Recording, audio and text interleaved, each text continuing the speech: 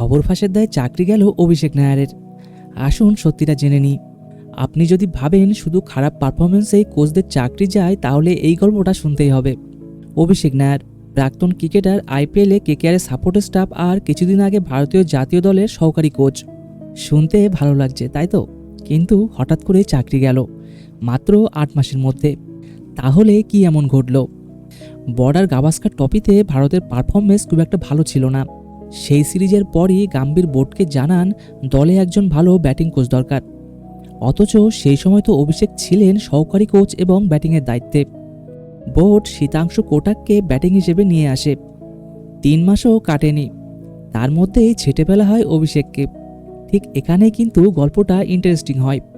এক সর্বভারতীয় সংবাদ মাধ্যম জানাচ্ছে অভিষেক নায়ারের বিরুদ্ধে সবচেয়ে বড় অভিযোগ তিনি নাকি দলের ভেতরে খবর ফাঁস করতেন বাইরে। অজি সফরের সময় ড্রেসিং রুমে গাম্ভীর ক্রিকেটারদের বেশ কড়া ভাষায় বকাবকি করেছিলেন। পরের দিনই সেই খবর চলে আসে মিডিয়ায়। রিভিউ মিটিংয়ে গাম্ভীর বলেন এ কাজ করেছেন সরফরাজ খান। কিন্তু পরের দিকে আরও তথ্য, যেমন ক্রিকেটারদের ওপর নতুন নিয়ম চালুর সিদ্ধান্ত, সেটাও আগেই বেরিয়ে যায়। তখনই বোর্ডের মধ্যে কানাঘুষো এই ইনসাইড ইনফো হয়তো অভিষেকই ফাঁস করছেন। তবে কেউ কিন্তু অফিসিয়ালি কিছু বলেনি। বিসিসিআইও চুপ, অভিষেক নিজেও কিছু বলেননি। কিন্তু এই নীরবতার মাঝেই একটা জিনিস স্পষ্ট, দলের ভেতরে অনেক কিছুই ঠিকঠাক চলছে না। এটা কি অভিষেকের বিশ্বাসভঙ্গ, নাকি ভেতরে গোষ্ঠীদ্বন্দ্বের বলি? ভারতীয় ক্রিকেটের বাইরের চেহারা যেমনই হোক, ভেতরের রাজনীতি কিন্তু আরও জটিল। আর অভিষেক নায়ার হয়তো সেখানেই হারালেন।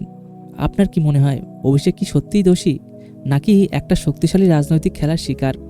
কমেন্টে জানাতে ভুলবেন না।